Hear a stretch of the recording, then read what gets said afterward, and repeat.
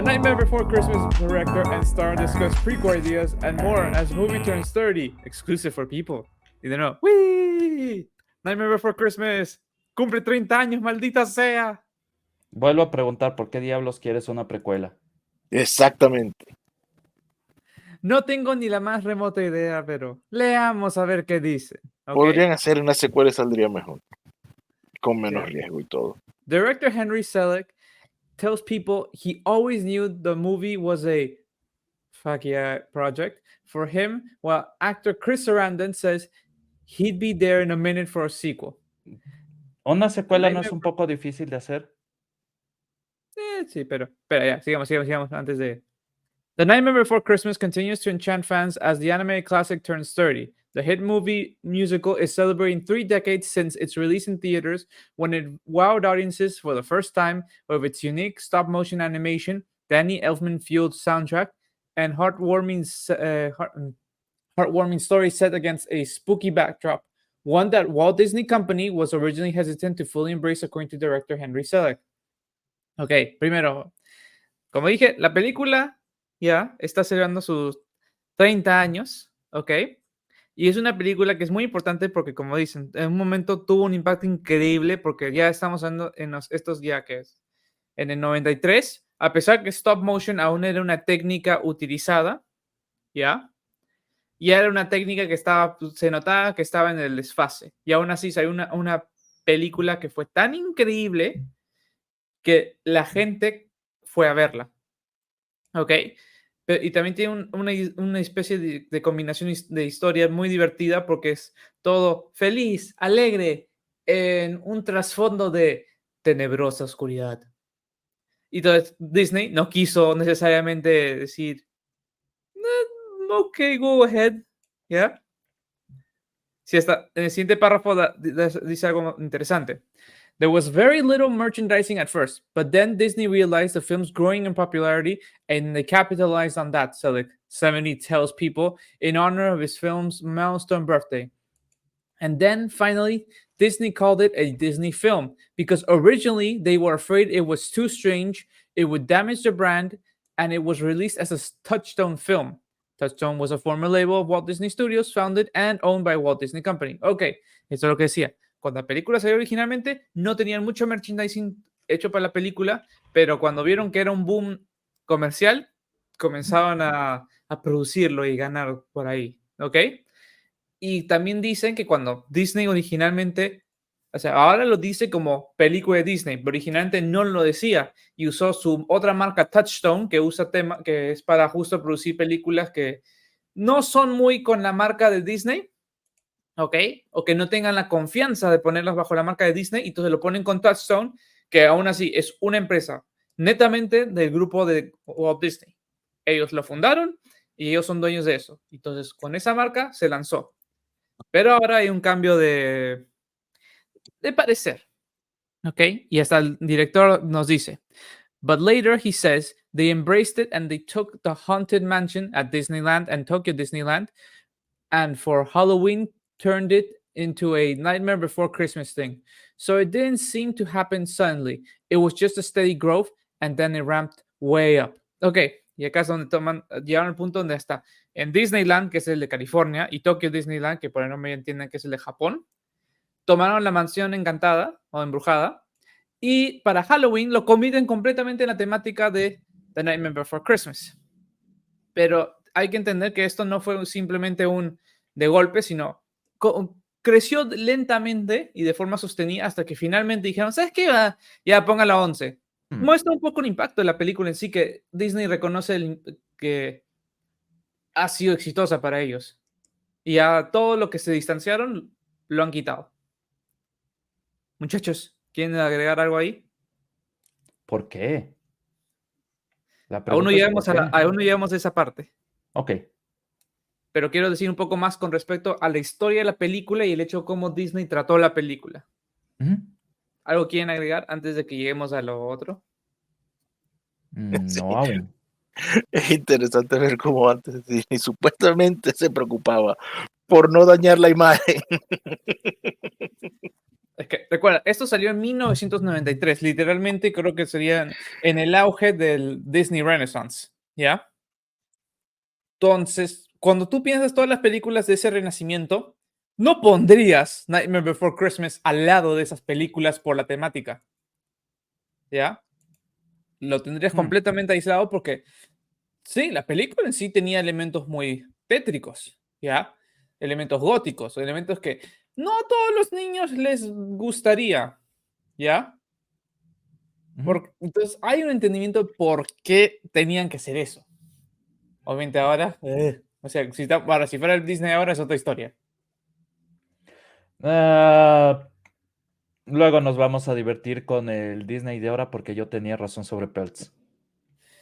Ya, espera un ratito. Este párrafo acá solo habla un poco de resumen de la película. No hay mucha importancia porque, no, 30 años, ya la mayoría la debe haber visto al menos una vez. Selleck, who made his directorial debut with Nightmare, says he always knew that Nightmare was a fuck yeah project for him and that originally started as an idea for a TV special that turned into something bigger. Hmm. O sea, este fue el debut del director en ser director y primero iba a ser solo un especial televisivo y después se volvió una película. Ahí te hace cuestionar, y espera, ¿y Disney no quería reconocerlo y aún así les dio el presupuesto para hacer esto? Bueno, ¿Tú has estado Disney. en ese parque? ¿Cuál? ¿Disneyland? No. Eso es Land No. World. Ok. Yo eso está en Disney World, no es Land. O sea, el de Orlando, porque es más cerca. Entonces, nunca he podido ver ese parque chico y hacer esos cambios. Me sorprende que no lo hagan también en Euro Disney. Interesante. Pero bueno. Speaking about his experience making the film, Sarandon, 81, recalls the challenge of voicing a character with so many layers. I was almost invariably working by myself. He shares of the long movie making process. The only time I worked with anyone, says Sarandon, was with O'Hara, 69. She and I spent, I think, a day doing the Jack and Sally scenes. Despite being somewhat blind to how the final movie is going to turn out, Sarandon trusted the process because he had faith in Selleck, who knew what he was doing. Ok, esto es más un poco la experiencia de Sarandon, que es el que da la voz a Jack Skellington, ¿ya? Y menciona el tema de que el personaje tenía muchos niveles en sí y él se sentía que tenía que un poco trabajaba por su cuenta, por un poco las diferencias entre cómo Jack se presentaba dependiendo de la situación. Y la única vez que trabajó con alguien fue con O'Hara, que es la que da la voz a Sally, que es digamos, la protagonista, su contraparte femenina en toda esta historia. ¿Ok? Después de eso, básicamente tenía que más trabajar él mismo por las voces y todo, pero a pesar de que no sabía cómo se iba a ver la película, porque recuerden, muchas veces graban todas las escenas, o sea, como el audio, y después, cuando stop motion, tú ya comienzas a trabajar a partir de ahí porque quieres que las expresiones de los muñecos sean similares a cómo el actor de voz está gesticulando a su personaje. Entonces, es un proceso muy extraño en ese sentido. Pero a pesar de eso, confío que todo iba a salir bien porque dijo, el director sabe lo que hace. ¿Ya? Poquito acá solo dice cómo se sintió con respecto al impacto positivo y cómo la gente simple, que cuando reconoce quién es, se acercan, ¿no? Inclusive mencionando que lo ven ahora con sus hijos. Selleck has spoken out in the past about how Burton incorrectly gets the director credit often for the movie, which is technically titled Tim Burton's Nightmare Before Christmas. Ya, acá comienza lo interesante. As for a potential sequel, Selleck says that the labor-intensive nature of the first film isn't what would make him hesitant to create a follow-up. Rather, he thinks Nightmare is a perfect movie that came out of the perfect time, only to grow into something far bigger over the years. I think Tim in particular feels like, why mess with that? He adds, he certainly doesn't need to make more money from a sequel. He has had so many other successes, and so far nobody's come up with a great idea for a sequel. And I still think that Tim gets to decide. I don't think there's any idea that would convince him. That being said, it might be more interesting to do a prequel, Selleck says. There might be a more interesting story there about how Jack became the king of Halloween Town. Vamos a analizar un poco porque acá es donde es parte importante. Primero, Selleck menciona el tema de una secuela en sí. Y que en sí él no estaría como que no tendría nerviosismo de crear una secuela, ¿ok? Pero él siente que la película en sí fue una película perfecta que salió en un momento perfecto y como maduró, eso es su opinión. Además de que él siente que como Tim Burton es el creador de todo el concepto de la historia en sí, no es el director, pero él creó todo el concepto, en real le toca a él decidir si se hace una secuela o no. Y de verdad, él comenta que no siente que Tim tenga la necesidad porque no necesita hacer más dinero con una secuela y tiene muchos más éxitos así dentro de su cinto que de verdad no cree que lo vaya a hacer y además de que no había una nueva idea fresca que le inspire a hacer esa secuela. Pero él sí comenta después de que sería más interesante hacer una precuela sobre cómo Jack se vuelve el rey de Halloween Town. Y aquí creo que comenzamos a desagregar tal vez un poco la posibilidad de por qué hablan de hacer una precuela y no una secuela. Porque una secuela, él dice, tiene que tener la firma de Burton, pero una precuela puede tener su firma. A pesar que no lo diga, es algo que se puede entender en las líneas. ¿Ok? Y es lo que me llama la atención. Después de eso, el hecho de que Sarandon, como él dio voz a Jack, él estaría dispuesto a hacerlo porque lo más probable, como dijo antes, le gusta que la gente, los comentarios positivos que han dado, y entonces obviamente tiene un cariño al personaje, similar como por ejemplo Johnny Depp tiene un cariño al personaje Jack Sparrow hasta tal punto que usa el disfraz y va a los hospitales a visitar niños enfermos para alegrarles el día con el disfraz. Entonces yo creo que es ese mismo tipo de interacción. Muchachos, ¿están de acuerdo conmigo en esta aseveración con respecto a por qué una precuela y no una secuela? No es cuestión tanto de estar de acuerdo, como que es un hecho, no es una opinión. Recuerda que tenemos que dejarlo un poco ambiguo por temas legales. La cuestión es que, ok, entiendo que hay una historia que podrían contar, pero la experiencia me dice que hasta ahora, al menos cuando son cosas como Disney, no le apuntan a secuelas o a precuelas o a nada. Si es que tienen alguna historia buena, deberían dejarla morir ahí y ya.